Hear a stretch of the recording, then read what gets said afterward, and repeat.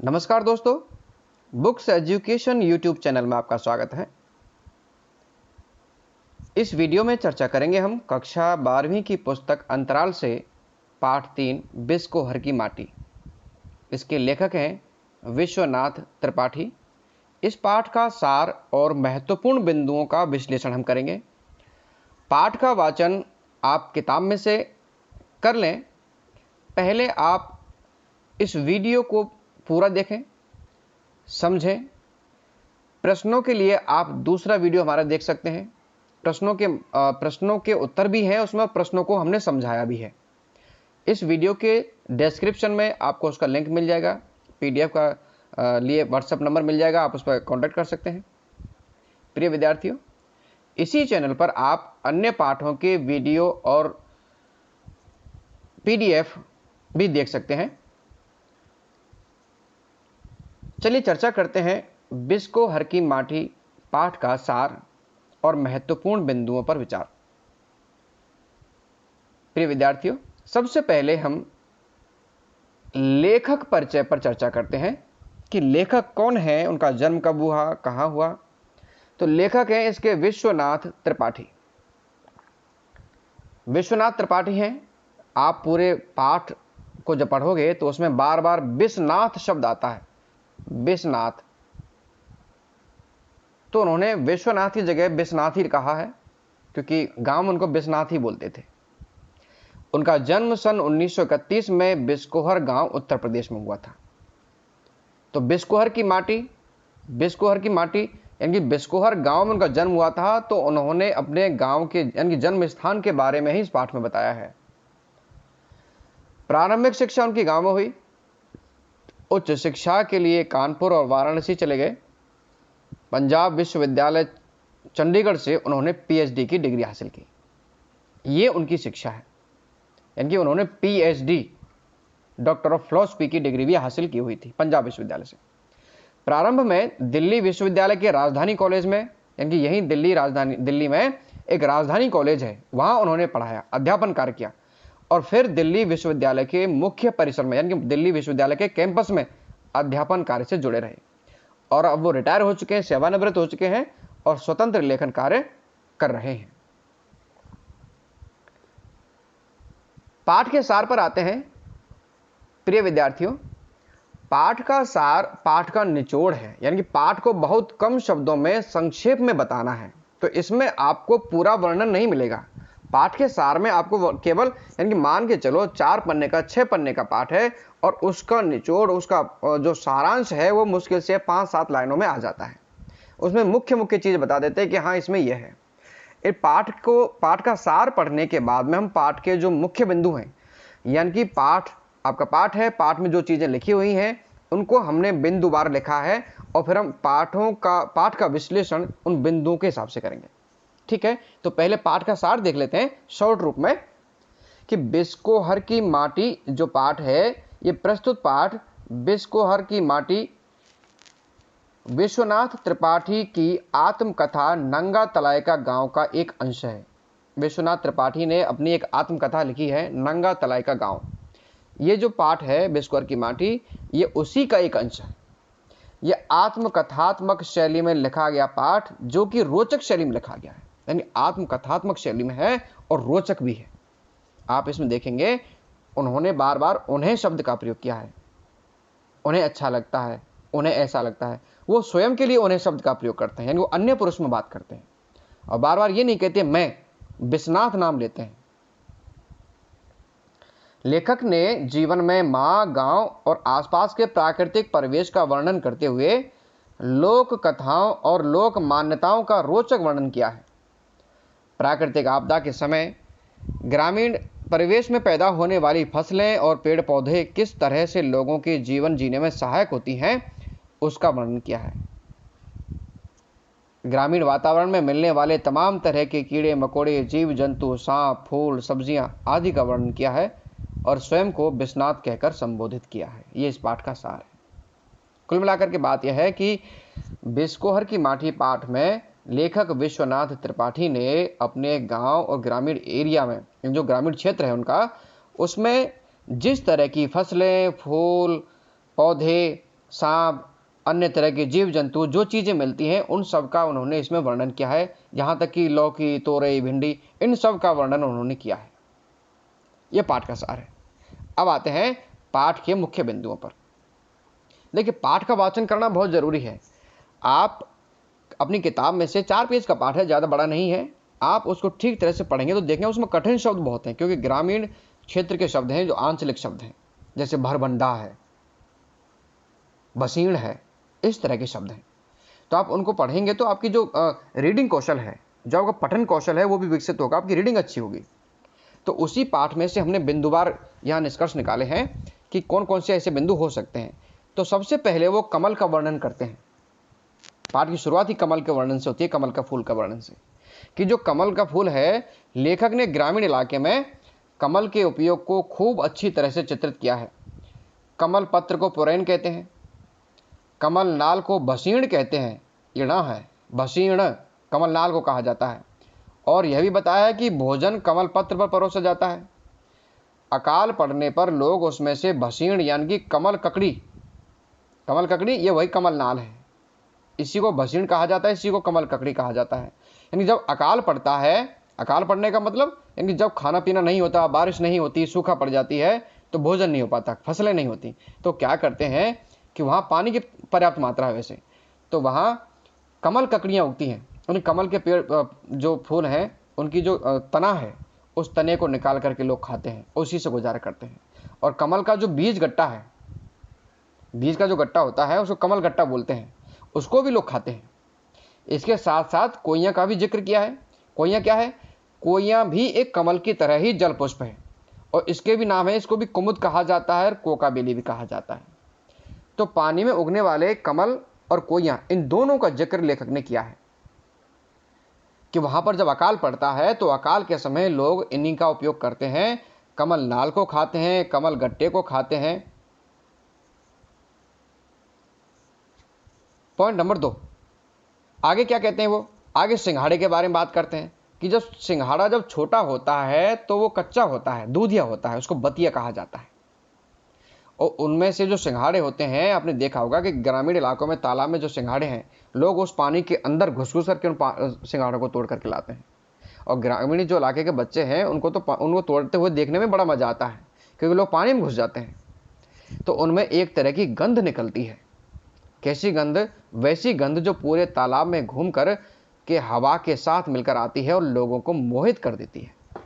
देखिए, जो बिस्नाथ है वो, देखो सिंघाड़े तोड़ने को भी कितना बढ़िया एक मोहक तरीका बता रहा है कि जो सिंघाड़े हैं उनको जब तोड़ा जाता है तो उसमें से गंध निकलती है, और पूरे तालाब में होकर के उसी गंध मिश्रित होकर के जब आती है, पानी की गंध, पत्तों की गंध, सिंघाड़ों की गंध, तो लोगों को अपनी तरफ वो आकर्षित करती है। ऐसी गंध होती है। यानी कहने का तात्पर्य है कि जो लेखक है उसका प्रकृति प्रेम इतना है कि वो हर चीज में प्रकृति का सौंदर्य देखता है, इसलिए वो चीजें उनको आकर्षित करती हैं। वे अपने बचपन का जिक्र करते हैं। अब देखो, यहां तक उन्होंने पहले कमल का जिक्र था, फिर कोइया का जिक्र था, सिंघाड़े का जिक्र है, अब यहाँ वो अपने बचपन में आ जाते हैं। फिर देखो धीरे धीरे वो कहाँ पहुंच जाएंगे, फिर पेड़ों की तरफ पहुंच जाएंगे, फिर सब्जियों के फूलों की तरफ पहुंच जाएंगे, फिर अपने बचपन में लौट आते हैं। यानी जैसे बच्चा होता है छोटा, कि जब उसका मन करता है तो बाहर खेलने चला जाता है, बाहर जंगल में खेतों में घूमने चला जाता है, और जब उसका मन करता है कि भूख लग रही है, मम्मी पापा की याद आ रही है, तो फिर अपने गाँव में घर पर आ जाता है, अपने माँ की गोद से चिपक जाता है। ठीक वही तरीका यहाँ लेखक ने अपने लिखने में लगाया है। कभी वो पेड़ पौधों की बात करते हैं, फिर अपने घर पर आ जाते हैं, घर की बात करने लग जाते हैं। देखो कि वे अपने बचपन का जिक्र करते हैं, और बचपन का जिक्र करते करते वे माँ और बच्चे के जीवन का संबंध भी बताने लगते हैं कि जितनी देर बच्चा माँ के पेट से चिपका रहेगा, उनका संबंध उतना ही अधिक आत्मीय रहेगा। यानी कि माँ और बच्चे जितनी देर, यानी बच्चा जो छोटा होता है तो जितने दिनों तक वो उसकी गोद में रहता है, उनका आत्मीय संबंध उतना ही अधिक मजबूत होता है। बच्चा भले ही माँ को दांत से काटे, उसे दुख पहुंचाए, लेकिन माँ उसे हमेशा प्यार करती है।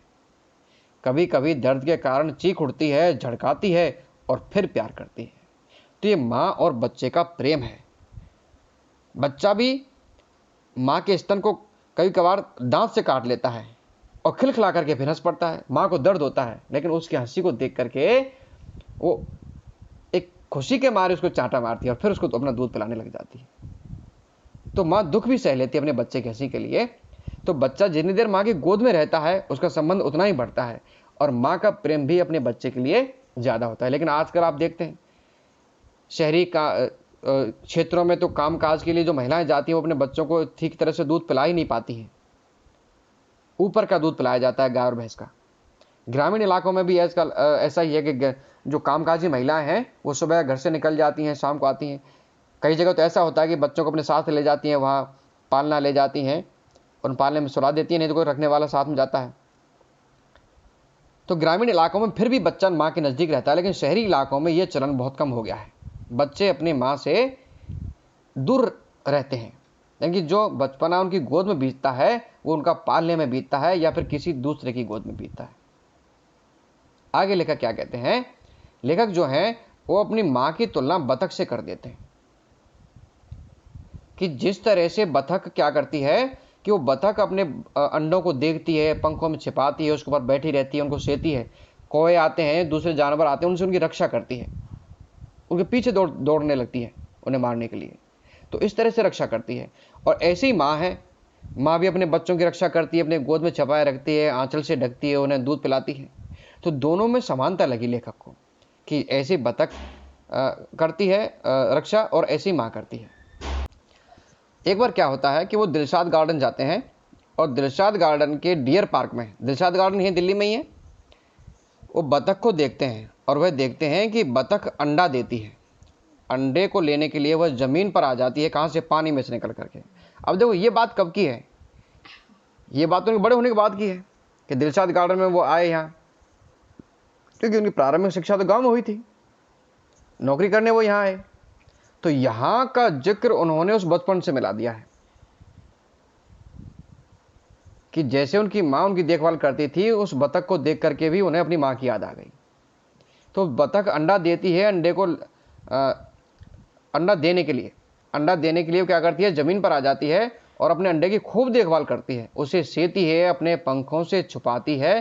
तो लेखक की माँ उनका पालन पोषण करती है, उनकी रक्षा करती है और अपने आंचल में छिपाए रखती है। तो यहाँ उन्होंने, लेखक ने अपनी माँ और बतख की तुलना की है। अब आगे वो क्या बताते हैं? फिर उनको याद आ जाती है, कौन सी बात याद आ जाती है? कि उनका छोटा भाई होता है। अब छोटा भाई हो गया घर में, तो जो बड़ा दूध पी रहा होता है तो उसका माँ उससे दूध छुड़ा देती है, घर में उसको दूसरे लोग रखने पड़ते हैं। तो माँ की गोद अब उसकी नहीं रहती। अब ये बच्चे को बहुत बुरा लगता है कि ना तो माँ दूध पिलाती है, ना उसको गोद में लेती है। क्यों? क्योंकि छोटा बच्चा गोद में आ गया है।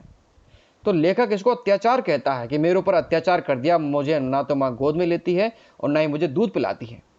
कि लेखक की माँ को जब दूसरा बच्चा होता है तो लेखक की माँ लेखक को दूध नहीं पिलाती, छोटे बच्चों को दूध पिलाती है, तो लेखक को बड़ा बुरा लगता है और वह इसे अपने ऊपर होने वाला अत्याचार कह देते हैं कि मेरे ऊपर तो अत्याचार हो रहा है।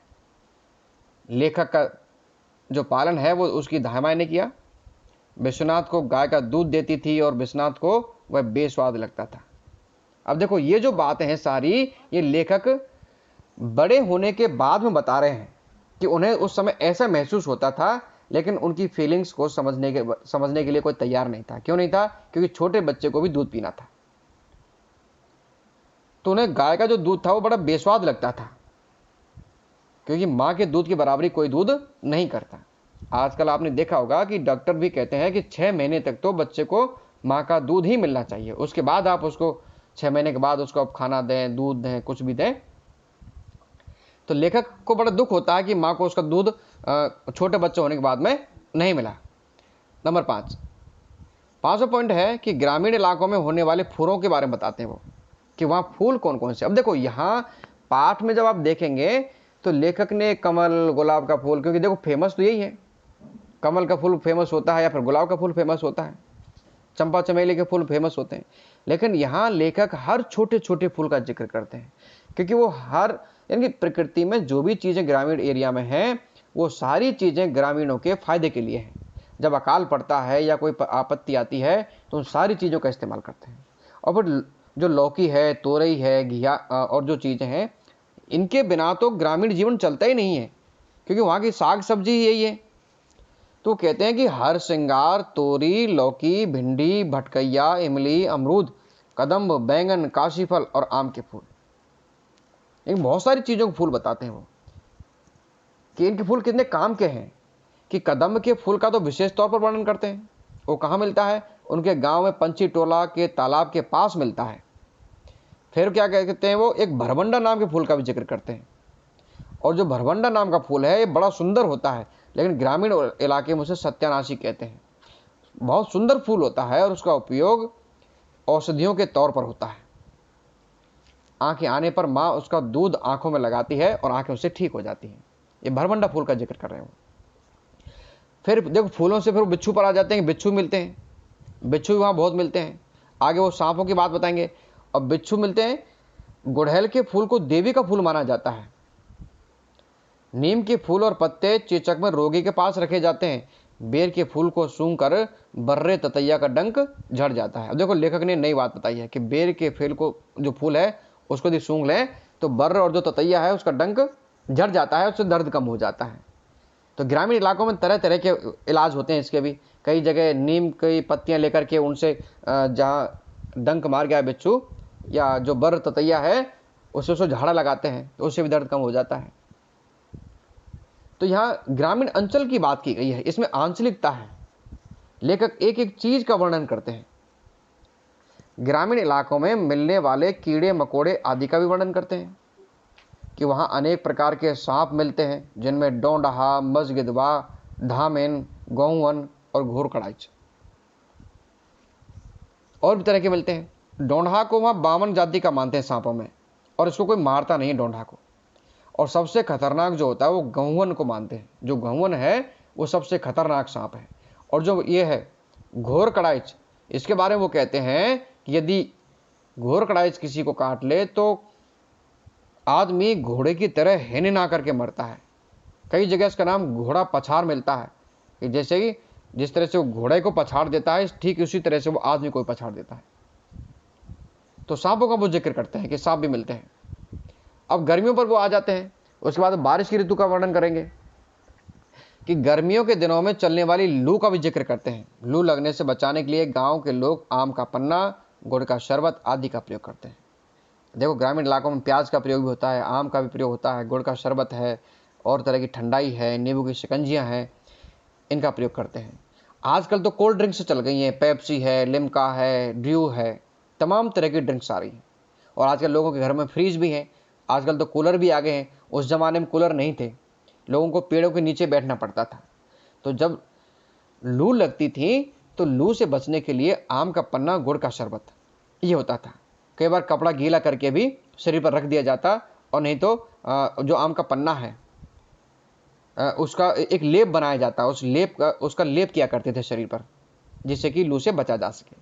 क्योंकि ग्रामीण इलाकों में शहर जैसी सुविधाएं नहीं होती, इसलिए ग्रामीण क्षेत्र में उपलब्ध होने वाली चीज़ों से ही वे लू जैसी बीमारियों से बचने का इलाज करते हैं।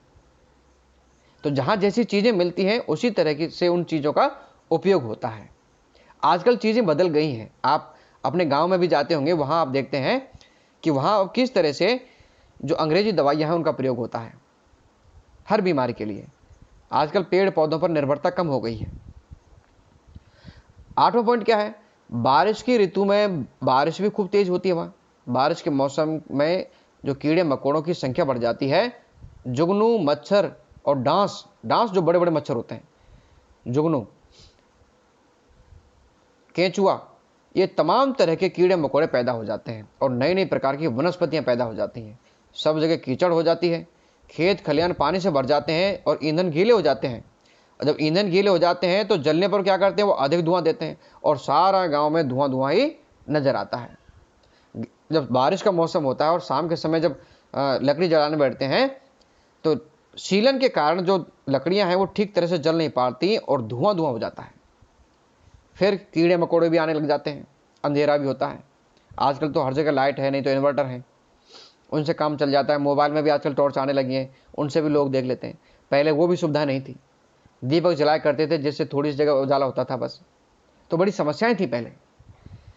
प्रकृति का वर्णन करते हुए आगे बताते हैं कि जाड़े की धूप और चांद की जो चांदनी में भी ज़्यादा फर्क नहीं होता है। चांदनी रात में जो होता है और जाड़े की धूप, यानी कि चंद्रमा भी उतना ही निकलता है और जाड़े में सूरज भी उतना ही निकलता है, कोई खास अंतर उनमें नहीं है। इसका मतलब, कहने का मतलब क्या है कि जाड़े में धूप वहां कम निकलती थी, लोग सर्दी में ठिठुरते रहते थे। विश्वनाथ प्रकृति की सुंदरता के साथ औरत की सुंदरता को भी जोड़ देते हैं। प्रकृति को भी औरत की तरह ही सुंदर मानते हैं और अपने से 10 साल उम्र में बड़ी एक महिला के प्रति उनका आकर्षण बढ़ता है। यानी जब वो 10 साल के थे तो वो उससे 10 साल छोटे थे महिला से, अचानक उनका उससे आकर्षण बढ़ जाता है। वो उससे कुछ कह नहीं पाते क्योंकि छोटे हैं, शर्माते हैं, लेकिन वह उसे प्राप्त नहीं कर पाते हैं और जीवन भर उनकी यादों में अपने आप को दुखी महसूस करते हैं। और यह जो स्मृति है उन्हें मृत्यु का एक अजीब सा बोध कराती है। बाद में जब उसकी जो शादी है वो बिस्कोहरी गांव में हो गई थी। एक बार जब उनको मिलती है तो कहते हैं कि जी कोई तुम्हें पाले तो वो पागल हो जाएगा। तो महिला कहती है कि ऐसा तो हमें आज तक कोई मिला नहीं है, विश्वनाथ तुम जाओ, ऐसा तो हमें आज तक कोई मिला ही नहीं जो हमें देखे, जो हमें पाले वो पागल हो जाए। तो उसकी यादों में वो रहती हैं। हालांकि उस समय वो सब कुछ बचपन था, ऐसी उनके मन में कोई ऐसी भावनाएं नहीं थी, या ये कह दें कि कोई ऐसी वासना नहीं थी जिसके कारण उनको आकर्षण हुआ हो। लेकिन वो बस एक आकर्षण है बच्चे का एक महिला के प्रति, और वो हो गया। बाद में जब वो बड़े हो जाते हैं तो महसूस करते हैं इन चीजों को, और वो महिला प्रकृति में उसको देखते हैं। उन्हें सफेद साड़ी पहने, बालों को संभाले हुए ऐसे नजर आती है कि वो भी मेरा इंतजार कर रही है, वो उन्हें प्राप्त नहीं कर पाया। तो जो इंतजार है वो उन्हें, अब देखो पाठ के अंत में वो क्या बताते हैं कि माँ के पेट का रंग, अब वो अपनी माँ से फिर मिलने पहुंच जाते हैं कि माँ के पेट का रंग उनको हल्दी मिलाकर बनाई गई पूड़ियों को जैसा लगता है, पीला पीला, और उसके पेट से गंध आती है उनको दूध की। क्यों? क्योंकि वो दूध पीते हैं। पीला पेट लगता है तो जैसे हल्दी मिला के पूड़ी बनाते हैं ना, पीली पीली, उस तरह नजर आता है। तो बच्चा कई तरह की तुलनाएं करता है कि माँ का पेट कैसा लग रहा है, गंध कैसी आ रही है। बच्चे अपने पिता का कुर्ता भी सूंघ के देखते हैं, विश्वनाथ भी सूंघते थे, उनको उसमें से बदबू आती थी, है ना। जब पिता की जो दाढ़ी है उसमें से बाल चुभते हैं, बच्चे उनकी दाढ़ी को अपने गालों से लगा लगा के देखते हैं, उनको पकड़ पकड़ के खींचते हैं, मूंछों को पकड़ पकड़ के खींचते हैं। तो ये तरह तरह के आनंद हैं जो अपने बचपन में बच्चे लिया करते हैं। और ऐसा जो विद्यार्थियों, पाठ ज़्यादा कठिन नहीं है, आसान है। पाठ आपको समझ में आया होगा, इसलिए हमने केवल आपको सार बताया है बिंदुओं में। आप इसका वाचन देखेंगे, वाचन के लिए आपको दूसरा वीडियो देखना पड़ेगा, या फिर आप स्वयं वाचन कर लें, उसके लिए कोई ऐसी ज़्यादा खास वो नहीं है। प्रश्नोत्तर के लिए आप दूसरा वीडियो देख सकते हैं, इसके एमसीक्यू के लिए भी आप दूसरा वीडियो देख सकते हैं।